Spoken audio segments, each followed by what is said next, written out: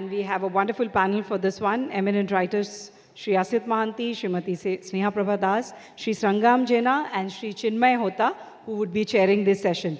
As we take some time to set the stage for this, let me take also this opportunity to briefly introduce them. Shri Asit Mahanti is a researcher and writer of repute, has more than 30 books to his credit. Two of his most acclaimed works in Odia are Nabakalaibara Katha and Lakshmi Purana Katha. He received the Central Sahitya Academy Award and the Odisha Sahitya Academy Award for translation in the years 1998 and 2008 respectively. One of his recently edited books on behalf of Sri Jagannatha Chaitanya Gaveshana Pratisthana is Satabdira Nabakalaibara, which chronicles the events and reports of Nabakalaibara of Lord Jagannath from 1912 to 2015. He currently works as editor with Popular Odia Daily Sambad and is also editor of the monthly Odia Digest Porusha. He has an honorary DLED from Utkal University of Culture, Odisha. We'll have with us for this session Srimati Sneha Prabha Das, former Associate Professor of English, noted writer, translator from Odisha, has several Odia texts, including the first novel of Padmamali into English. Besides that, she has rendered other classics of Odia literature like Bibasini by Ram Shankar Ray, Mone Mone by Vaishnav Charan Das, Prayashchita and Utkal Brahmanam of Fakir Mohan Senapati, and Kora Kabita and Bondiro Atmakatha by Pandit Gopabandhu Das in English. Besides translating, she writes poems and stories, has 5 collections of poems in English and 2 collections of English stories, Night of the Snake and Fog Whispers to her credit. In fact, let's hear it for them. I'll request them to join on stage as I keep doing the honors of introducing them. So we also have with us bilingual poet and translator Shri Sangram Jena, has published 2 volumes of English poems and 4 books of Odia poetry. His poems have been translated into English and other Indian languages, published in India and abroad in several prestigious journals, including Indian Literature, Kavya Bharati, New English Review, and Modern Poetry in Translation. He has authored, translated, and edited more than 50 books, both in English and Odia. He has also translated many ancient and contemporary Odia poets into English and classics of world literature into India. He is a former vice president of the Odisha Sahitya Academy. And we also have with us Sri Chinmay Hota, who is going to chair the session, writer of essays, book review and fiction, both in English and Odia. Loves to translate fiction and non-fiction from Odia to English. His first book, Hits and Misses, a collection of light essays, was published in 2010. His translation have appeared in many reputed publications. And of course, From Bondage to Freedom, edited by Jatindra Naik and Arun Kumar Mahanti, and Reminiscences, excerpts from Odia and Bangla autobiography published in Jadavpur University. He's also translated an anthology of Odia poetry into English under the title The Emerald Evening and Other Poems. I'll now request Shri Hota to take this session forward from here. Thank you. Namaskar. Translation handicaps for Odia literature.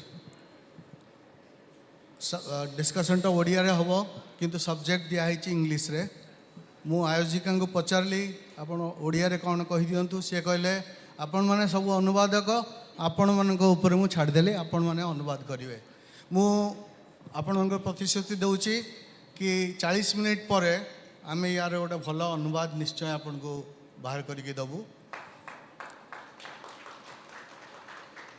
एबे आमे विशेष समय नष्ट करवानी सीधा direct विषय उपर को जीवा विषयटी है जो आमर ट्रांसलेशन रे कौन कौन प्रॉब्लम सब रही अति साधारण कथा ताकू आमे डिस्कशन करवा मो पाखे विशारद माने सब अच्छा मु भावुची समस्ते भल भाव ताकू आलोचना करेंगे किंतु विषय को सीधा जीवा पूर्व मु खाली ओडिया अनुवाद साहित्यर गोटे संक्षिप्त धारा विषय आपन को वर्णना करी यार बहुत समृद्ध संभ्रांत एक परंपरा रही आमर आदिकवि सारला दास जगन्नाथ दास तांको पाखरु यही संभ्रांत परंपरार आरंभ होता तापरे बहुत माइल खुंट दे वर्तमान अवस्था को आम आसी पहुँचीचु मझिरे ब्रिटिश माने आसी से माने भी साहित्य जो अनुवाद ताकू मध्य किछि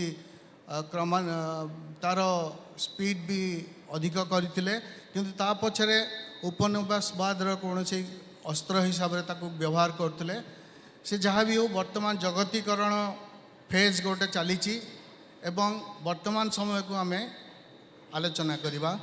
ଆଉ ଆମ ସାଙ୍ଗରେ ଅଛନ୍ତି ଅସିତ ମହାନ୍ତି। ଆଉ ତାଙ୍କର ପରିଚୟ ଦେଇ ମୁଁ ଆଉ ସମୟ ନଷ୍ଟ କରିବିନି, ପରିଚୟ ଦିଆହେଇଛି।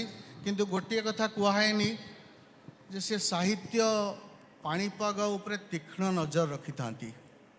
ତେଣୁ ମୁଁ ଭାବୁଛି ସେ ସବୁଠୁ ଆମର ଆଜିର ବିଷୟ ପାଇଁ ଯଥାର୍ଥ ବ୍ୟକ୍ତିତ୍ୱ ହେବେ, ଯେ ଆମର ଓଡ଼ିଆ ସାହିତ୍ୟରେ କ'ଣ ଅସୁବିଧା ଅଛି ଯାହାକୁ କି ଆଜି ଗୋଟେ ଶୀର୍ଷକ ବନା ହେଇଛି।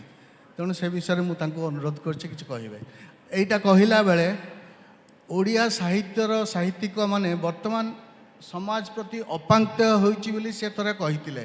ସେଇ ପ୍ରସଙ୍ଗଟାକୁ ଟିକେ ଯଦି ସାମ୍ନାକୁ ଆଣିବେ ଭଲ ହେବ। ନମସ୍କାର। ଅନୁବାଦ କ୍ଷେତ୍ରରେ କ'ଣ ଅସୁବିଧା ଅଛି? ଅନେକ ଅସୁବିଧା ଅଛି। ତେବେ ସେ ଅସୁବିଧା କାହିଁକି ହେଇଛି ତାହା ଗୁରୁତ୍ୱପୂର୍ଣ୍ଣ। ଯଦି ମୋ କଥା ପଚାରିବେ ମୁଁ କାହିଁକି ଅନୁବାଦ କରୁଥିଲି ବା କରୁଛି, ମୁଁ ଏଇଥିପାଇଁ ଅନୁବାଦ କରେ ଯେ ମୁଁ ପ୍ରଥମତଃ ଜଣେ ପାଠକ। ମୁଁ ଯେଉଁଟା ପଢ଼ିଲି ମୋତେ ଭଲ ଲାଗିଲା ଅନ୍ୟ ଭାଷାର ଲେଖା, ମୁଁ ଚାହିଁବି ମୋ ଭାଷାର ପାଠକମାନେ ମୁଁ ଯେଉଁ ଆନନ୍ଦ ପାଇଲି ସେ ଆନନ୍ଦ ପାଆନ୍ତୁ। ସେଥିପାଇଁ ମୁଁ ଅନୁବାଦ କରେ। କିମ୍ବା ମୋ ଭାଷାରେ ଏମିତି କ'ଣ ଅପୂର୍ଣ୍ଣତା ଅଛି ଯେଉଁଟା କୌଣସି ବାହାର ଭାଷାର କୃତିରେ ଅଛି, ମୁଁ ତାକୁ ଅନୁବାଦ କଲେ ମୋ ଭାଷାଟା ସମୃଦ୍ଧ ହେବ। କିନ୍ତୁ ଅସୁବିଧାଟା କେଉଁଠି ହେଲା? ଅସୁବିଧାଟା ଏଇଠି ହେଲା ଯେତେବେଳେ ସବୁ ଆନୁଷ୍ଠାନିକ ଅନୁବାଦ ପୁରସ୍କାର ସବୁ ଆସିଗଲା।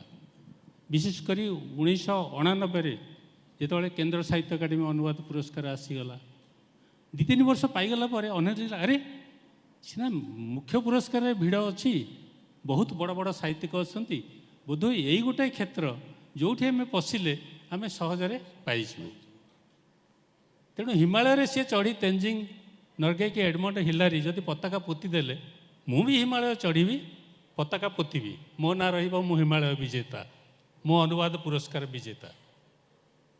କିନ୍ତୁ ହିମାଳୟ ଚଢ଼ିବା କେତେ କଷ୍ଟ ସେଇଟା ଅନୁବାଦକମାନେ ପ୍ରଥମେ ଜାଣିବା ଦରକାର।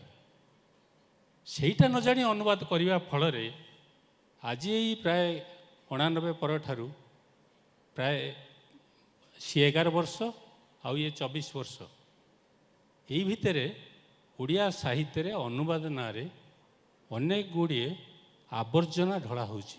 ତା ଯେ ଭଲ କାମ ହେଉନି ତା ନୁହେଁ। ମୋ ପାଖରେ ଯିଏ ଅଛନ୍ତି ସ୍ନେହପ୍ରଭା ଦେବୀ, ସଂଗ୍ରାମ ବାବୁ, ଏପରି କିଛି କିଛି କୃତି କରିଛନ୍ତି, ମୋତେ ବାହାର ଭାଷାକୁ ନେଇଛନ୍ତି। ଯେ ବାହାର ଭାଷା ଜାଣିବ ଯେ ଓଡ଼ିଆ ଭାଷା ଏତେ ସମୃଦ୍ଧ, କିନ୍ତୁ ଓଡ଼ିଆ ଭାଷାରେ ଏହିସବୁ ଗୁରୁତ୍ୱପୂର୍ଣ୍ଣ କୃତି ଅଛି। କିନ୍ତୁ ବିଭିନ୍ନ ପୁରସ୍କାର ପ୍ରକ୍ରିୟାରେ ଯେତେବେଳେ ମୋ ପାଖକୁ ବହି ଆସେ ଓଡ଼ିଶା ସାହିତ୍ୟ ଏକାଡେମୀ କି କେନ୍ଦ୍ର ସାହିତ୍ୟ ଏକାଡେମୀ, ମୁଁ ଦେଖେ ଆରେ ଏଇସବୁ ହେଉଛି ପ୍ରତିନିଧି ସ୍ଥାନୀୟ ଅନ୍ୟ ଭାଷାର କୃତି। ତାକୁ ପଢ଼ିଲେ ମୋତେ ଲାଜ ଲାଗେ। ଆମ ଭାଷାରେ ଆଠୁ ତ ବହୁତ ଗୁଣରେ ଅଛି। ତାହେଲେ ଏଇସବୁ ତୃତୀୟ ଶ୍ରେଣୀର, ଦ୍ୱିତୀୟ ଶ୍ରେଣୀର, ତାଠୁ ନିମ୍ନ ସ୍ତରର ବହି ଗୁଡ଼ିକ କିପରି ଅନୁବାଦ ହେଇ ଆମ ଭାଷାକୁ ଆସୁଛି, ଏ ଆମ ଭାଷାକୁ କେତେ ଦୂର ସମୃଦ୍ଧ କରୁଛି, ଆକୁ ଆମ ଭାଷାର ପାଠକ ପଢ଼ିକିରି କେତେ ଦୂର ଆନନ୍ଦ ପାଉଛନ୍ତି। କିନ୍ତୁ ସବୁଠି ଗୋଟେ ଲବି ଚାଲିଛି, କିଏ କେତେ ବହି ଅନ୍ୟ ଭାଷାରେ କରେଇ ପାରିବ, ସେ ଗୋଟେ ଅଦୃଶ୍ୟ ପ୍ରତିଯୋଗିତା ଚାଲିଛି, ଦୃଶ୍ୟମାନ ପ୍ରତିଯୋଗିତା ମଧ୍ୟ, ଯାହାଫଳରେ କେବଳ ଓଡ଼ିଆ ଭାଷାରେ ନୁହେଁ ଅନ୍ୟ ବିଭିନ୍ନ ଭାଷାରେ ମଧ୍ୟ ବହୁତ ଗୁଡ଼ିଏ ମାନେ ସାହିତ୍ୟର ସରସ୍ୱତୀରେ ପ୍ରତିଦିନ ଆମେ ଆବର୍ଜନା ନିକ୍ଷେପ କରୁଛୁ, ଯାହାଫଳରେ ଆମର ସରସ୍ୱତୀ ନଦୀ ହେଉ ବା ଗଙ୍ଗା ନଦୀ ହେଉ ଆଜି ପ୍ରଦୂଷିତ। ଏଇ ହେଉଛି ସବୁଠୁ ବଡ଼ ହ୍ୟାଣ୍ଡିକ୍ୟାପ୍। ସେ ଆବର୍ଜନା କଥା କହିଲା ବେଳେ ମୋର ମନେ ପଡ଼ୁଛି, ଆପଣ ଥରେ କହିଥିଲେ ଗୋଟେ କେନ୍ଦ୍ର ସାହିତ୍ୟ ପୁରସ୍କାର ପାଇଥିବା ହିନ୍ଦୀରୁ ଓଡ଼ିଆ, ସେଥିରେ ଲିଙ୍ଗଗତ ଦୋଷ ଥିଲା। ସେ ବିଷୟରେ ଆପଣ ଟିକେ କହିବେ କି? ସେ ବିବାଦକୁ ଯିବା ନାହିଁ। ମୁଁ ତ ଲେଖିଦେଇଛି, 3-3ଟି ଲେଖା ଲେଖିଥିଲି ଅଳ୍ପ କେତୋଟି ବର୍ଷ ତଳେ। ସମସ୍ତଙ୍କର ମନେ ଥିବ, ଆପଣଙ୍କର ମନେ ଅଛି, ଧନ୍ୟବାଦ। ଗୋଟିଏ ଏପରି ଗୋଟେ ବହି ପାଇଲା, ତାକୁ ଗୋଟେ ମୋହର ମାରି ଦିଆଗଲା ଯେ କୁନ୍ତଳା କୁମାରୀ ସାବନ୍ତଙ୍କର ଏଇଟା ଯିବନି। ଯେଉଁମାନେ ଜଜେସ୍ ହେଲେ ସେମାନେ ବହି ନ ପଢ଼ିକିରି କହିଥିଲେ କୁନ୍ତଳା କୁମାରୀ ସାବନ୍ତଙ୍କ ଜୀବନୀ, ତେଣୁ ଏ ବହିଟା ସବୁଠୁ ଯୋଗ୍ୟ ଓଡ଼ିଆ ଭାଷାରେ କେନ୍ଦ୍ର ସାହିତ୍ୟ ଏକାଡେମୀ ଅନୁବାଦ ପୁରସ୍କାର ପାଇବା ପାଇଁ। କିନ୍ତୁ ତାହା କୁନ୍ତଳା କୁମାରୀ ସାବନ୍ତଙ୍କ ଜୀବନୀ ନଥିଲା। ପ୍ରଚ୍ଛଦରେ କୁନ୍ତଳା କୁମାରୀ ଥିଲେ। ଯିଏ ମୂଳ ଲେଖକ ସିଏ କେଉଁଠି କହିନାହାନ୍ତି ଏଇଟା କୁନ୍ତଳା କୁମାରୀ ସାବନ୍ତଙ୍କ ଜୀବନୀ। ତେଣୁ ଯେଉଁମାନେ ବିଚାରକ ସେମାନେ ବଡ଼ ହ୍ୟାଣ୍ଡିକ୍ୟାପ୍ ସୃଷ୍ଟି କରୁଛନ୍ତି। ଯେତେବେଳେ ଗୋଟେ ଅଯୋଗ୍ୟ ଅନୁବାଦ ପାଇଯାଉଛି ତାହେଲେ ଲୋକମାନେ ଭାବୁଛନ୍ତି ମୁଁ ଭଲ ବହିଟା କାହିଁ କରିବି, ମୁଁ ଯେକୌଣସି ଗୋଟେ ବହି ଯେମିତି ସେମିତି କରିଦେଇକରି ମୁଁ ଟ୍ରାକ୍ ରଖିବି କିଏ କିଏ କେଉଁ ପ୍ରୋସେସ୍ରେ ମୁଁ ପୁରସ୍କାର ପାଇବି, ଯାହାଫଳରେ ସବୁଠୁ ବଡ଼ ଅସୁବିଧା ଆମ ଅନୁବାଦ କ୍ଷେତ୍ରରେ ତିଆରି ହୋଇଯାଉଛି। ସେଇ ଯେଉଁ ପୁରସ୍କାର ପ୍ରତି ମୋହ ତାକୁ ଆପଣ ଦାନାର ତବଡ଼ା ବୋଲି ବହୁତ ସୁନ୍ଦର ପ୍ରୟୋଗ କରିଛନ୍ତି। ଯାହା ହଉ ଧନ୍ୟବାଦ। ବର୍ତ୍ତମାନ ଆସିବା ଆମେ ବିଶିଷ୍ଟ କବି ସଂଗ୍ରାମ ଜେନାଙ୍କ ପାଖକୁ। ତାଙ୍କର ପରିଚୟ ତ ଦିଆହେଇଛି, ତା ଛଡ଼ା ତାଙ୍କର ଗୋଟେ ପରିଚୟ ହେଇଛି ଅଛି। ସେ ଗୋଟେ ନୂଆ ବିଶ୍ୱର ଗବାକ୍ଷ ଆମ ଓଡ଼ିଆ ପାଠକମାନଙ୍କୁ ଆଣିଥିଲେ। ଆଗରୁ ଆମେ ଖାଲି ଇଂରେଜ କିମ୍ବା ବେଶୀ ୟୁରୋପିଆନ୍ କଥା କହୁଥିଲୁ। ସେ ଲାଟିନ୍ ଆମେରିକାନର ଯେଉଁ ଦ୍ୱାର ଓଡ଼ିଆମାନଙ୍କ ପାଖରେ ଅଜଣା ଥିଲା ତାକୁ ସେ ଜଣାଇ ଦେଲେ। ମାର୍କେସ୍, ଲୋସା, ବର୍ଜେସ୍ ଏମାନଙ୍କର ସବୁ ଆଣିଲେ, ଅକ୍ଟାଭିଆ ପାଜ୍। ବର୍ତ୍ତମାନ ମୁଖ୍ୟତଃ ଜଣେ କବି ହିସାବରେ ଏବଂ କବିତାର ଅନୁବାଦକ ହିସାବରେ ତା ଉପରେ ଧ୍ୟାନ ଦେଇ ମୁଁ କହିବି ଆମର ଯେଉଁ ଆଜିର ବିଷୟ ତାକୁ ଟିକେ ସିଏ ତର୍ଜମା କରନ୍ତୁ କି ପ୍ରକୃତରେ କ'ଣ ପ୍ରତିବନ୍ଧକ ସବୁ ରହିଛି। ଧନ୍ୟବାଦ। ଅସିତ ବାବୁ ଆମ ସାହିତ୍ୟର ସବୁ କଥା ଦେଖନ୍ତି, ନିଜେ ଲେଖନ୍ତି ଏବଂ ଅନ୍ୟମାନେ କେମିତି ଲେଖୁଛନ୍ତି ତାକୁ ବି ଦେଖନ୍ତି। ଏମିତି ଜଣେ ଲୋକ ଅନୁବାଦକ ପାଇବା ସୌଭାଗ୍ୟର କଥା। ସେ ତା ନିଜ ମତ ଦେଇଗଲେ, କିନ୍ତୁ ମୋ ମତ ଟିକେ ଅଲଗା ଯେ ମୁଁ ସେ ବିଷୟକୁ ଯିବିନି, କାରଣ ଗୋଟେ ବିଷୟ ଥରେ ଆଲୋଚନା ହେଲା ପରେ ଆଉ କାହିଁକି ଆଲୋଚନା ହେବ। ମୋର ଇଚ୍ଛା ହେଉଛି ଯେ କ'ଣ ଅସୁବିଧା, କାହିଁକି ଭଲ ଅନୁବାଦକ ବାହାରୁନାହାନ୍ତି। ଆମେ କହୁଛନ୍ତି ବାହାରୁନାହାନ୍ତି, କିନ୍ତୁ କାରଣ ପୁଣି କ'ଣ, କାହିଁକି ବାହାରୁନାହାନ୍ତି ସେଇଟା ହେଉଛି ମୋର ଇଏ। ଏବଂ ଉଭୟକୁ ଇଂରାଜୀକୁ ଯାଉଥିବା, କାରଣ ଏଇଟା ଓଡ଼ିଆ ସାହିତ୍ୟର ସମସ୍ୟା ମାନେ ଓଡ଼ିଆରୁ ଇଂରାଜୀକୁ ଯାଉଥିବା ବା ଅନ୍ୟ ପ୍ରାନ୍ତୀୟ ଭାଷାକୁ ଯାଉଥିବା ବା ଓଡ଼ିଆକୁ ଆସୁଥିବା, ଉଭୟରେ ଆମର ସମସ୍ୟା ଅଛି। ଏଇ ଯେଉଁ ସଙ୍କଟ ଦେଇକି ଗତି କରୁଛି ଏହାର କାରଣ କ'ଣ, ଦୁଇ ତିନିଟି ମୁଁ ସଂକ୍ଷେପରେ କହୁଛି। ଆପଣ ଦେଖିବେ ଆର୍ଜେଣ୍ଟିନା, ବ୍ରାଜିଲ ଜାଗାରେ ଏ ଯେଉଁ ପ୍ରି ସ୍କୁଲ ଯେତେବେଳେ ପିଲାମାନେ ଖେଳନ୍ତି ତାଙ୍କୁ ଫୁଟବଲ ଦିଆଯାଏ। ଇଭିନ୍ ସୁନ୍ଦରଗଡ଼ରେ କୁହାଯାଏ ଯେ ହକି ଆରମ୍ଭ କରାଯାଏ। ତେଣୁ ଯେତେବେଳେ ଆମ ପିଲାମାନଙ୍କୁ ପ୍ରଥମରୁ ସ୍କୁଲରୁ କୁହାଯାଉଛି ଯେ କବିତା ଲେଖ, ଗପ ଲେଖ, ଅନୁବାଦ ପାଇଁ କାହିଁକି କରାଯାଉନି, ଯେଉଁଟା ଆମ ବେଳେ ଥିଲା। ମୁଁ ଯେତେବେଳେ ପାଠ ପଢ଼ୁଥିଲି ଆମ ବେଳେ କୋର୍ସରେ ଥିଲା ଇଂରାଜୀରୁ ଓଡ଼ିଆକୁ କରିବାକୁ ଅନୁବାଦ କୁହାଯାଉଥିଲା ଏବଂ ଓଡ଼ିଆରୁ ପୁଣି ଥରେ ଇଂରାଜୀ କରିବାକୁ ତାକୁ କୁହାଯାଉଥିଲା ରିଟ୍ରାନ୍ସଲେସନ୍ ବୋଲି ସେଥିରେ ଲେଖା ହେଉଥିଲା। ଏବଂ ସେତେବେଳେ ମିଳୁଥିଲା ମାନୁଆଲ୍ ମିଳୁଥିଲା ଯେ ଅନୁବାଦ କେମିତି ହେବ କ'ଣ।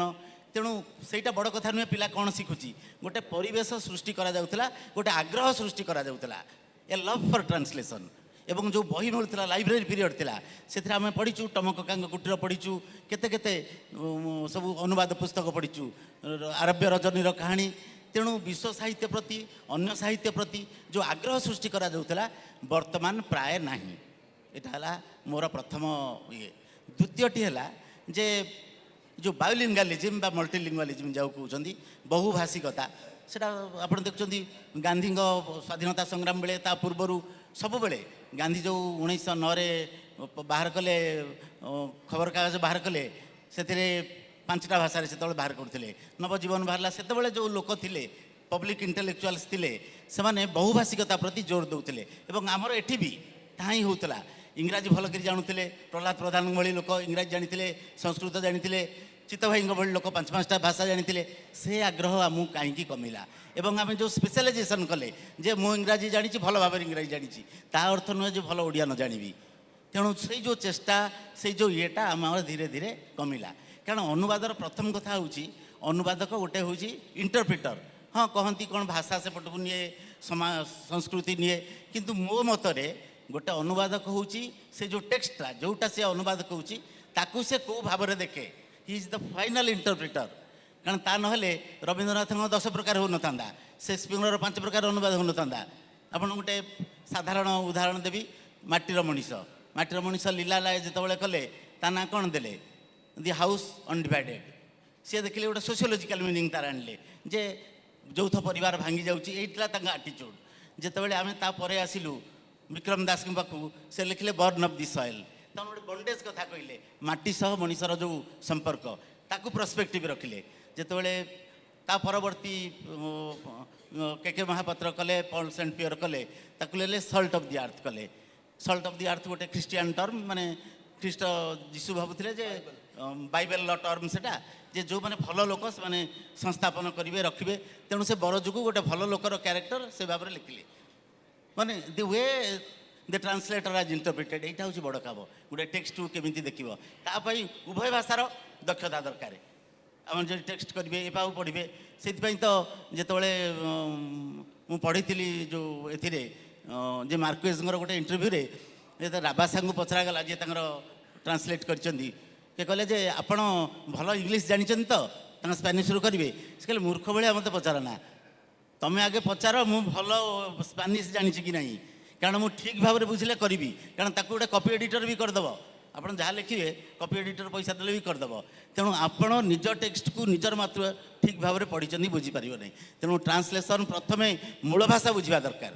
ଏବଂ ତୃତୀୟ ମୋର କହିବା କଥା, ସମୟ ବୋଧେ ହେଇଯାଉଛି, ଯେ ଯେଉଁ ବଡ଼ ଲୋକମାନେ ଆଗରେ ଲେଖୁଥିଲେ, ଆମେ ଆଗରେ କେଉଁମାନେ ଲେଖୁଥିଲେ, ମନେ କରନ୍ତୁ ଫକୀର ମୋହନ, ସେ ବି ମହାଭାରତ ରାମାୟଣ ଉପରେ କରୁଥିଲେ। ସେତେବେଳେ ରାଧାନାଥ ଥିଲେ, ତୁଳସୀ ସ୍ତବକ କରୁଥିଲେ। ଧୀରେ ଧୀରେ ଆପଣ ଗଡ଼ି ମଧୁସୂଦନ ନୂଆ ନୂଆ ସନେଟ୍ ଇଣ୍ଟ୍ରୋଡ୍ୟୁସ୍ କରିଥିଲେ, ଅନୁବାଦ କରୁଥିଲେ। ତାପରେ ବି ଆପଣ ଯଦି ଦେଖିବେ ଗୋପୀନାଥ ମହାନ୍ତି ତ ଯେଉଁ ଇଏ କରିଛନ୍ତି, ଯୁଦ୍ଧ ଓ ଶାନ୍ତି କରିଛନ୍ତି। ତାପରେ ଯେତେବେଳେ ଇଣ୍ଟରୱାର ପିରିୟଡ଼ ହେଲା, ନା ଯେଉଁ କୋଲ୍ଡ ୱାର ପିରିୟଡ଼ ଦେଖିବେ, ଶୀତଳ ଯୁଦ୍ଧ ବେଳେ ସେତେବେଳେ ବହୁ ବହୁ ରସିଆନ୍ ଟେକ୍ସଟ ସବୁ ହେଲା, ଗର୍କିଙ୍କ ମା ହେଲା, ବିଭିନ୍ନ ସବୁ ଟେକ୍ସଟ ସବୁ କରାଗଲା, ଟଲଷ୍ଟୟଙ୍କର କରାଗଲା। ତେଣୁ ବଡ଼ ଲୋକମାନେ ଯେଉଁ ବଡ଼ ବଡ଼ କ୍ରିଏଟିଭ୍ ରାଇଟର ଯେତେବେଳେ ଲେଖିଲେ, that become a model for us, ଯେ ଆମେ ବି ଲେଖିବା। ବର୍ତ୍ତମାନ ମୋର ଯାହା ଧାରଣା, ଯେଉଁମାନେ କ୍ରିଏଟିଭ୍ ରାଇଟର ସେମାନେ ଭାବୁଛନ୍ତି ଏଇଟା ଗୋଟେ ନୁହେଁ, ଆସ୍ପେକ୍ଟ ନୁହେଁ, ଅନୁବାଦଟା ଏମିତି।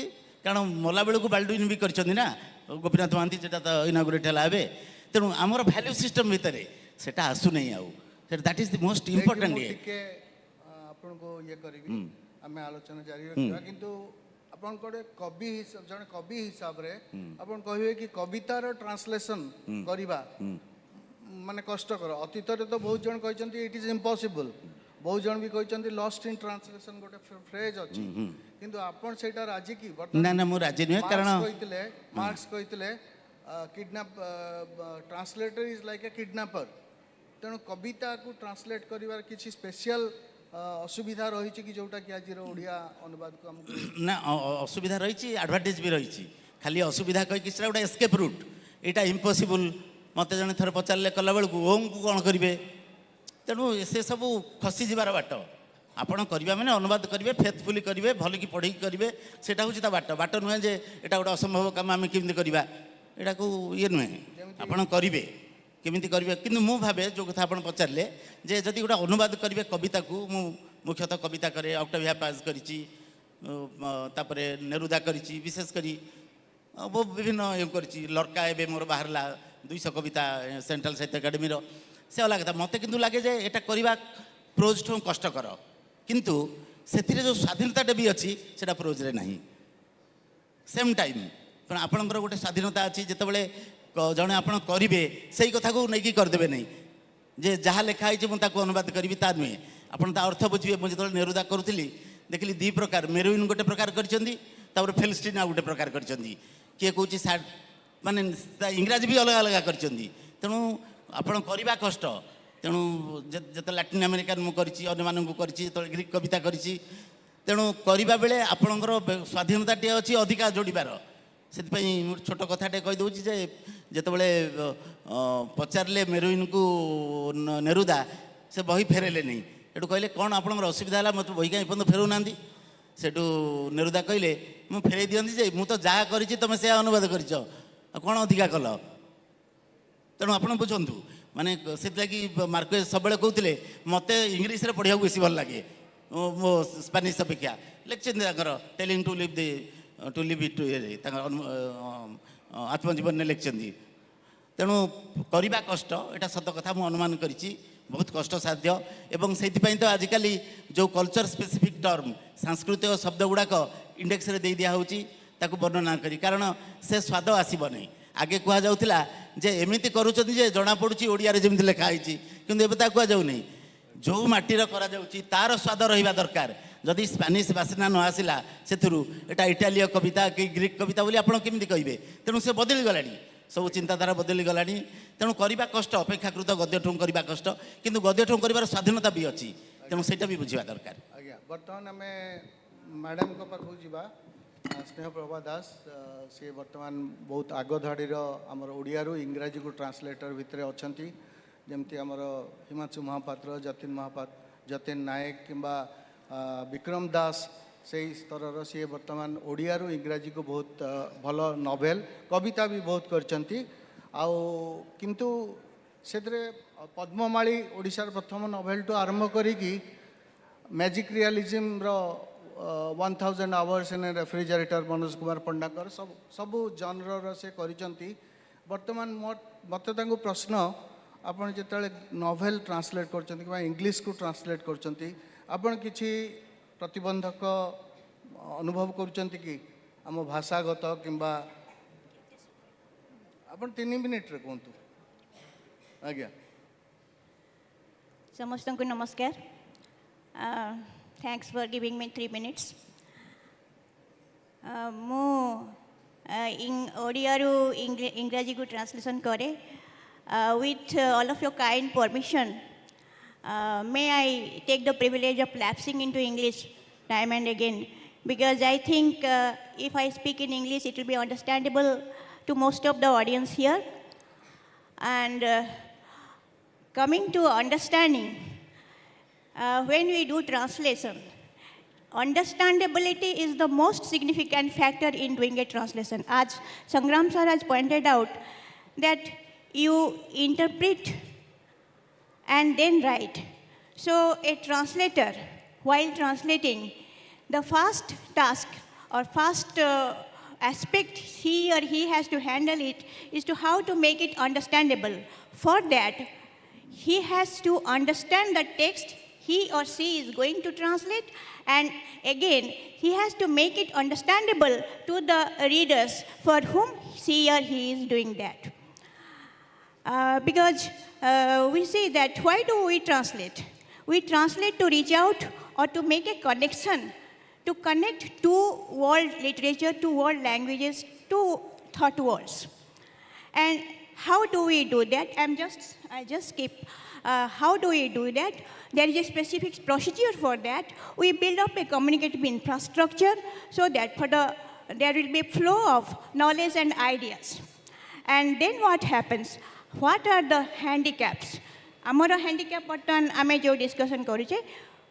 The topic centers around translating handicaps, translating Odia literature, handicaps in doing that.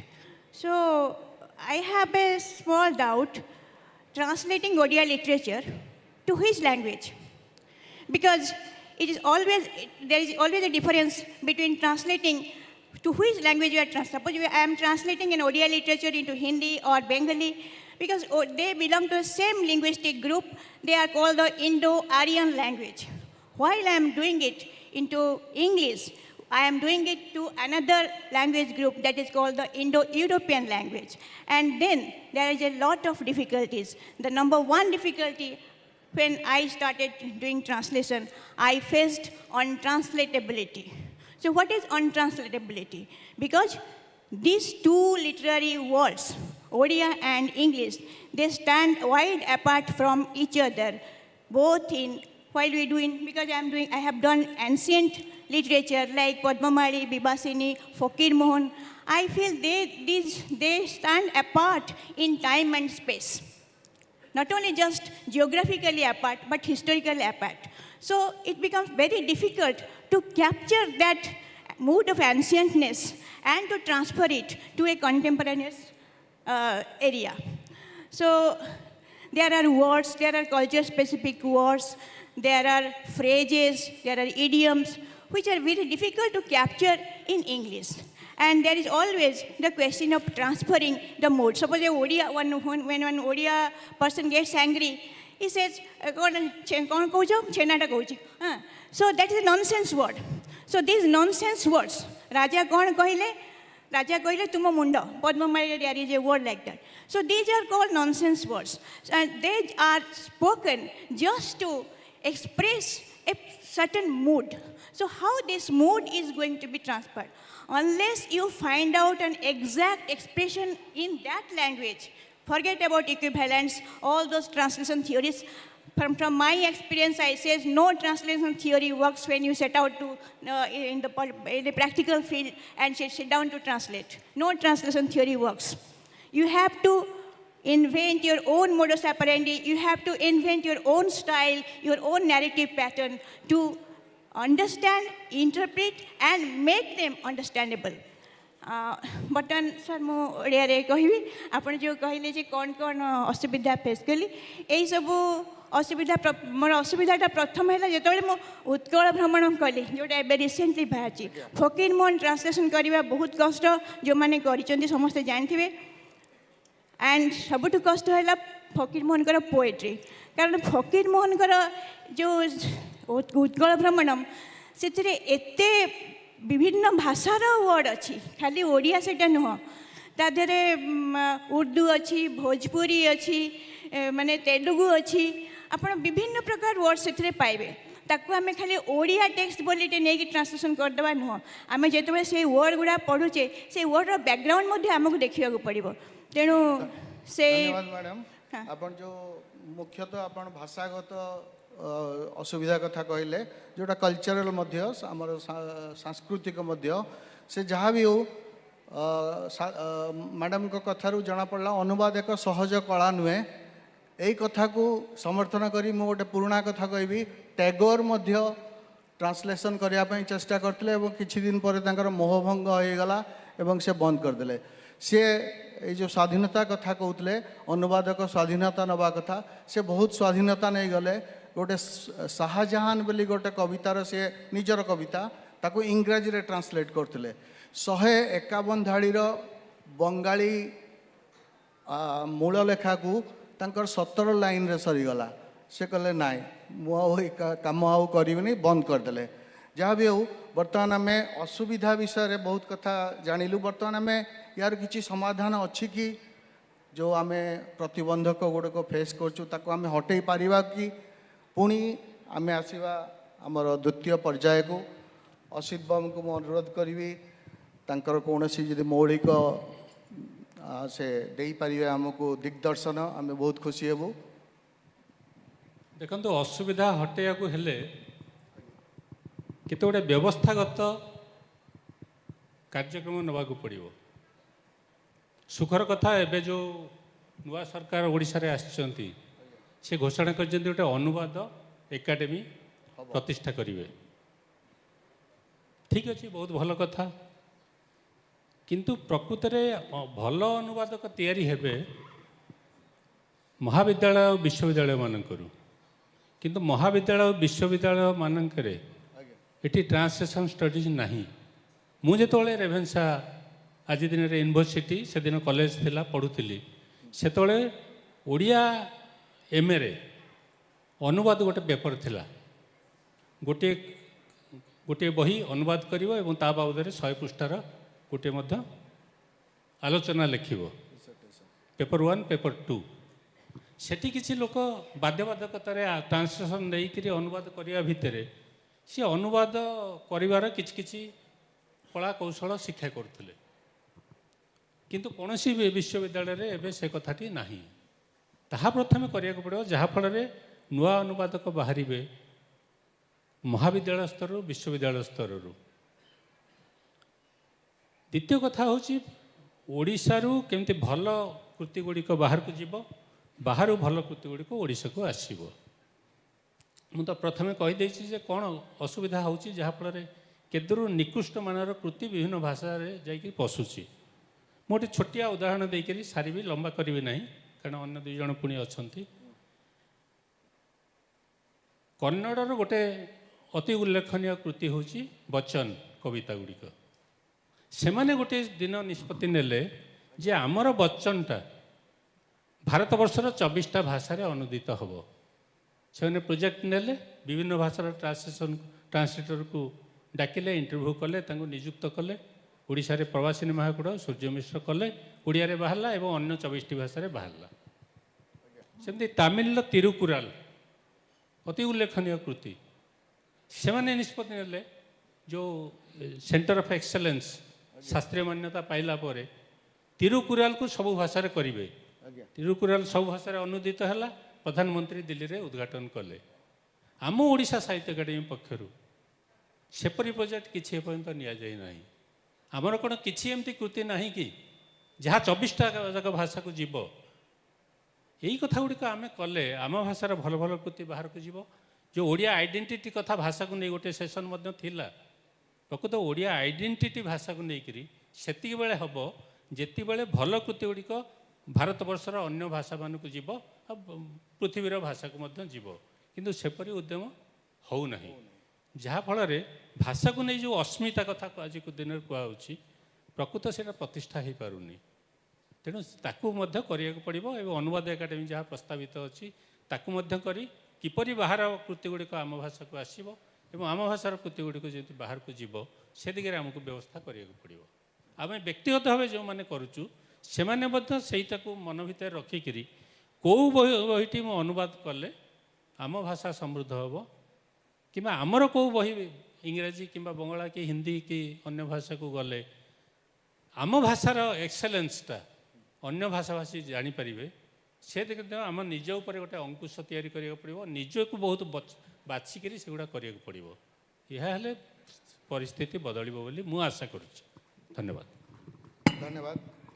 ସଂଗ୍ରାମ ବାବୁ, ଆମର ଯେଉଁ ସାର୍ କହିଲେ ଅନୁବାଦ ଏକାଡେମୀ ଓଡ଼ିଶାରେ ହେବାର ଅଛି, ତେଣୁ ଗୋଟେ ସାଂଗଠନିକ ପ୍ରୋତ୍ସାହନର କଥା ଆସିଲା। ଆପଣ ଓଡ଼ିଶା ସାହିତ୍ୟ ଏକାଡେମୀ ସହିତ ଜଡ଼ିତ ଥିଲେ, ଆପଣ କୁହନ୍ତୁ ଯେ ଆମର ଅନୁବାଦରେ ସାଂଗଠନିକ ପ୍ରୋତ୍ସାହନର ଅଭାବ ଅଛି କି, ଆଉ ୟା ପାଇଁ କ'ଣ ସମାଧାନ ଆମେ ଦେଖୁଛୁ ଆଗରେ? ଯେମିତି ମୁଁ ଶୁଣିଛି ସାର୍ କହିଲେ ତାମିଲନାଡୁ କଥା, ତାମିଲନାଡୁର ବୁକ୍ ପବ୍ଲିକେସନ୍ ଡିଭିଜନ୍ ବର୍ତ୍ତମାନ ସବୁ କ୍ଲାସିକ୍କୁ ବିଭିନ୍ନ ଭାଷାରେ ସେମାନେ ଟ୍ରାନ୍ସଲେଟ୍ କରୁଛନ୍ତି, ଓଡ଼ିଆରେ ମଧ୍ୟ ହେବ। ତେଣୁ ସେ ଗୋଟେ ବଡ଼ ପ୍ରୋଜେକ୍ଟ। ସେଇଭଳିଆ ଆମର କିଛି କରାଯାଇଥିଲା କି, ଚିନ୍ତା କରାଯାଇଥିଲା କି, ଏବଂ କରାଗଲେ କିଛି ହେବ କି? ଅସିତ ଯେଉଁ କଥା କହିଛନ୍ତି ସେ ଗୋଟେ ଫଣ୍ଡାମେଣ୍ଟାଲ ପଏଣ୍ଟ, ଯେ ଗୋଟେ ବେସିକ୍ କଥା ଯେ ଯେପର୍ଯ୍ୟନ୍ତ ଗୋଟେ ଇନଷ୍ଟିଚ୍ୟୁସନାଲ ସପୋର୍ଟ ନ ମିଳିଛି ବା ଏନକରେଜମେଣ୍ଟ ନ ମିଳିଛି ସେ ପର୍ଯ୍ୟନ୍ତ ବ୍ୟକ୍ତିଗତ ସ୍ତରରେ ବହୁ ୟାକୁ ଯାଇ ହେବ ନାହିଁ। କାରଣ ମନେ କରନ୍ତୁ ଆପଣ ସାରଳା ମହାଭାରତ ଇଂରାଜୀରେ ଅନୁବାଦ କରିବେ କି ଜଗମୋହନ ରାମାୟଣ କରିବେ କି ଭାଗବତ କରିବେ, ତେଣୁ ବ୍ୟକ୍ତିଗତ ଇଏରେ ହେଇପାରିବ ନାହିଁ। ଏତେ ଅର୍ଥ ଦରକାର, ଏତେ ଲୋକ ଦରକାର, ତାକୁ କେବଳ ଗୋଟେ ସାଂଗଠନିକ ଏବଂ ଇଏ ସ୍ତରରେ ହିଁ କରାଯାଇପାରିବ।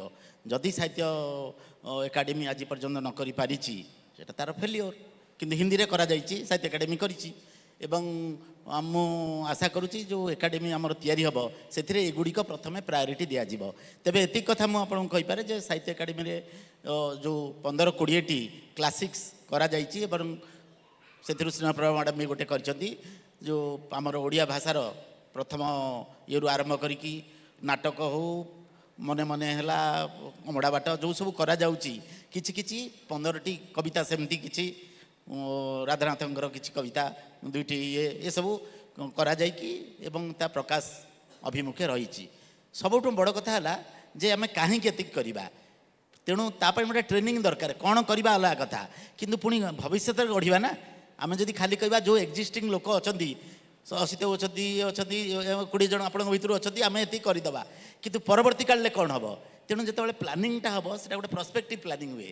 ତେଣୁ ଆମେ କ'ଣ କରିବା ଦରକାର, ସ୍କୁଲ ସ୍ତରରୁ, ବିଶ୍ୱବିଦ୍ୟାଳୟ ସ୍ତରରୁ, କଲେଜ ସ୍ତରରୁ ଦକ୍ଷ କେମିତି ହେବେ, ପିଲାମାନେ ଆଗ୍ରହ ବଢ଼ିବ, ତାକୁ କରିବା ଦରକାର। ତାକୁ କରିବାକୁ ହେଲେ ପ୍ରଥମେ କ'ଣ କରାଯିବ, ଯେଉଁ ସୋଶାଲ ଇଏ ତାକୁ ବଦଳାଇବାକୁ ପଡ଼ିବ। ଯେଉଁ ଆଟିଚ୍ୟୁଡ଼, ସାଧାରଣ ଲୋକଙ୍କର ଅନୁବାଦ ପ୍ରତି ଯେଉଁ ଆଟିଚ୍ୟୁଡ଼ ଅଛି, ଯେଉଁ ମନୋଭାବ ଅଛି, ତାକୁ ବଦଳାଇବାକୁ ପଡ଼ିବ। ଆପଣ ଆଜି ପର୍ଯ୍ୟନ୍ତ ସେଣ୍ଟ୍ରାଲ ସାହିତ୍ୟ ଏକାଡେମୀ 1,00,000 ଟଙ୍କା ଦେଉଛି, କବିତା ଲେଖିଲେ ଅନୁବାଦ କଲେ 50,000 ଟଙ୍କା ଦେବ ଆପଣଙ୍କୁ। ପ୍ରଥମ ଏଇଟା ହେଲା। କୌଣସି ଷ୍ଟେଟ୍ ଏକାଡେମୀ ବୋଧେ ଓଡ଼ିଶା ତ ଦେଉନି, କେଉଁଠି ଦେଉନଥିବେ। ତେଣୁ ଏଇଟା କାରଣ କ'ଣ, କାହିଁକି ଆପଣ ଗୋଟେ ଏ ସ୍ତରରେ ଏମିତି ଭେଦଭାବ ରଖିଛନ୍ତି? ତେଣୁ ତାକୁ ଗୋଟେ ମାନ ପ୍ରତିଷ୍ଠା ଆପଣ କରୁଛନ୍ତି। ଅଧିକ କୃତିକୁ ବା ଅଧିକ ଆବଶ୍ୟକୀୟ ସେଟା ସୃଜନଶୀଳ, ଏଇଟା ସୃଜନଶୀଳ ନୁହେଁ। ଯେଉଁ କଥା କ'ଣ ପୂର୍ବବର୍ତ୍ତୀ ମୁଁ ଶୁଣୁଥିଲି ବସିକି, ଯେଉଁ ସ୍ୟାଡୋ ଇଏ କଥା କହିଲେ, ଭଲ କଥା, ସେଟା ଅନୁବାଦ କଥା। ତେଣୁ ମାନସିକ ସ୍ତରରେ ବଦଳିବାକୁ ହେଲେ ସେଇଭଳି ଯେଉଁମାନେ ଏଷ୍ଟାବ୍ଲିଶ୍ଡ ରାଇଟର, ଯେଉଁମାନେ କ୍ରିଏଟିଭ୍ ରାଇଟର, ସେମାନେ ଲେଖନ୍ତୁ, ତାହେଲେ ତା ମାନ ବଢ଼ିବ। ଯୁଦ୍ଧ ଶାନ୍ତି ସେ କରିଛନ୍ତି ବୋଲି ଆମେ ଭାବୁଛୁ ଆମେ ବି କିଛି କରିବୁ। ତେଣୁ ଯେଉଁ ସୃଜନଶୀଳ ଲେଖକ ସେମାନେ ବି ଲେଖନ୍ତୁ, ଆମକୁ ଟ୍ରେନିଂ କରାଯାଉ, ତା ପାଇଁ ଇନଷ୍ଟିଚ୍ୟୁସନାଲ ସପୋର୍ଟ ଦିଆଯାଉ, ସବୁ ପ୍ରକାର ଗୋଟେ ପ୍ରକାର ପରିବେଶ ସୃଷ୍ଟି କରାଯାଉ।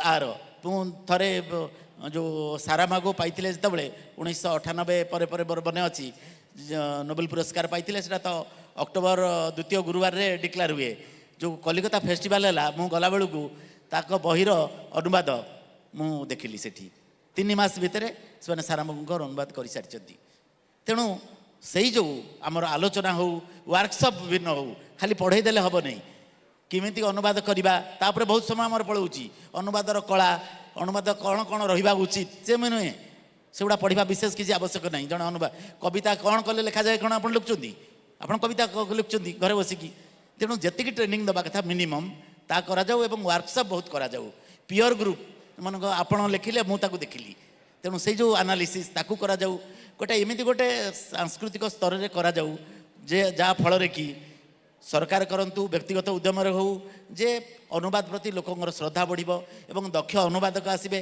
फल भल अनुवाद हेल्ले लोक भल पढ़े आज पर्यंत मन अच्छी श्रीकांत मु पढ़ी कहीं केते दिन तलर से मन अच्छी आमर से पर्यंत तेणु भल अनुवाद हवाको हेले एवं मन रखिए सब बेले जे अनुवादक होउची गोटे नुआ जो कथा कह जाउची जो लैंग्वेज बर्तमान ओडिया भाषा को जदि ज्ञानर भाषा करने पड़ो ताहले यही ज्ञान पाई जमी 1453 कन्स्टांटिनोपल पतन पर जमी यूरोपर विभिन्न जगह को सब गले लोक गले ग्रीक हिब्रू रे जो थिला ताको ट्रांसलेट करी ज्ञानर विचूरण है एवं सेठू रेनासा आसला तेणु सब बेले आपण मन रखिए गोटे अनुवादक मान गुरुत्वपूर्ण गोटे ज्ञानभित्तिक समाज तैयारी करिबारे नॉलेज बेस्ड सोसाइटी सब बेले गुरुत्वपूर्ण एवं से कथा साधारण लोक पाठक और सरकार बुझा उचित। धन्यवाद। वर्तमान आम आसवा मैडम को पाखक से जो ट्रांसलेशन कला बेले निजर अभिज्ञतारू जो भाषागत असुविधा कि से भाव को अविकल सृष्टि अनुरूप सृष्टि कर असुविधा तापर कहते वर्तमान किछि समाध यार केमिति दूर करी हबो किछि भाषाकोश सृष्टि करी हो किंबा डिक्शनरी सृष्टि करी हो किंबा आउ को उपाय रे सृष्टि करी हबो एई प्रसंग रे मु कहिबी कि रमाकांत रथ थरे कहितले जे 50-100 वर्ष आगु आमर ओडिया जते शब्द सब थिला से शब्द सब विलुप्त हो गलानी कारण ताकू आ व्यवहार करूना तेणु आपण जेतले पुराना ट्रांसलेशन गोटे कर पुराना नोवेल रो किंबा कोनोसी पुराना कृतिर से सब जगार जो विलुप्त भाषा सब से गुड़े आपड़ पाइबे केमती तार किछि आपन समाधान चिंता करि पारुचंती कि? धन्यवाद सर सेमती तो आपण कहि परिबेने जे एक्जाक्टली मु सेही शब्दर गोटे इंग्राजी वर्ड खोजिकी पाइबी मनकर मु गोटे एग्जांपल छोटो एग्जांपल टे देबी एटा होची हमर थिसरस रो किछि अभाव अछि कि एटा होची केमिति आपण when you are translating a particular phrase or line poem do written in Odia you cannot do it line by line or word by means a corresponding translation. You have to discover a particular phrase which matches, approximates the line expressed in Odia. So just a very brief example. Jemti Bondira Atmakathare gote it is very important line. Those who are acquainted with Odia literature, they are aware of it. Katorata sina kapurusapana biro mare oba more koridona. Pacha ghuncha nahi biro ro jatake nomore sekebe porana atanke. So when I translated it in this way. Disappointment is a sign of cowardice. It is do or die for the brave. There is no retreat in the brave one's destiny. He knows not the fear of grave. So when we say that do or die, and this aphorism you have to invent, and you have to also invent a metonymy, which is grave, to describe the death factor. So you have to always in the lookout for such kinds of equivalents, metaphorical equivalents, figure of speeches, and certain constructs to handle that point. So handicaps will be many, but handling the ways of handling are also plenty. You only have to find out it, you only have to discover it. And just one more thing, there are certain literature, I admit, I do not know about others, but I admit that there are certain writers like Upendra Bhanja. So ubiquitously means spread out, interspersed with homophones and homonyms and all those things. I think it is better to leave them out rather than disfiguring them with trying to describe only the subject matter. Better they should not be translated. But धन्यवाद if madam आज्ञा thank you for. सतर्क घंटी बाजी साराणी आ बारंबार इंगित आसूची तेणु आम ये सारा किंतु जो प्रतिश्रुति देइथिली आपन को जीवा पूर्व यार ओडिया अनुवाद गोटे कहीकि जीवी आम डिस्कसन जोड़ा बाहरला ताहाला ओडिया साहित्यर अनुवाद संबंधी प्रतिबंधक मान तेणु खाली अनुवादटा तो देदेले हेनी समस्या सेमिति रहिला ताकू समाधान भी विशारद माने आमर किछि किछि उपाय बतैचंती आग को यह आशा करिबा जे सही समाधान सूत्र गुड़िक कार्यकारी हेबो एवं ओडिया और अनुवाद आउ प्रतिबंधक मानकू ओवरकम करिकी आग को बढ़ी चलिबो। धन्यवाद धन्यवाद।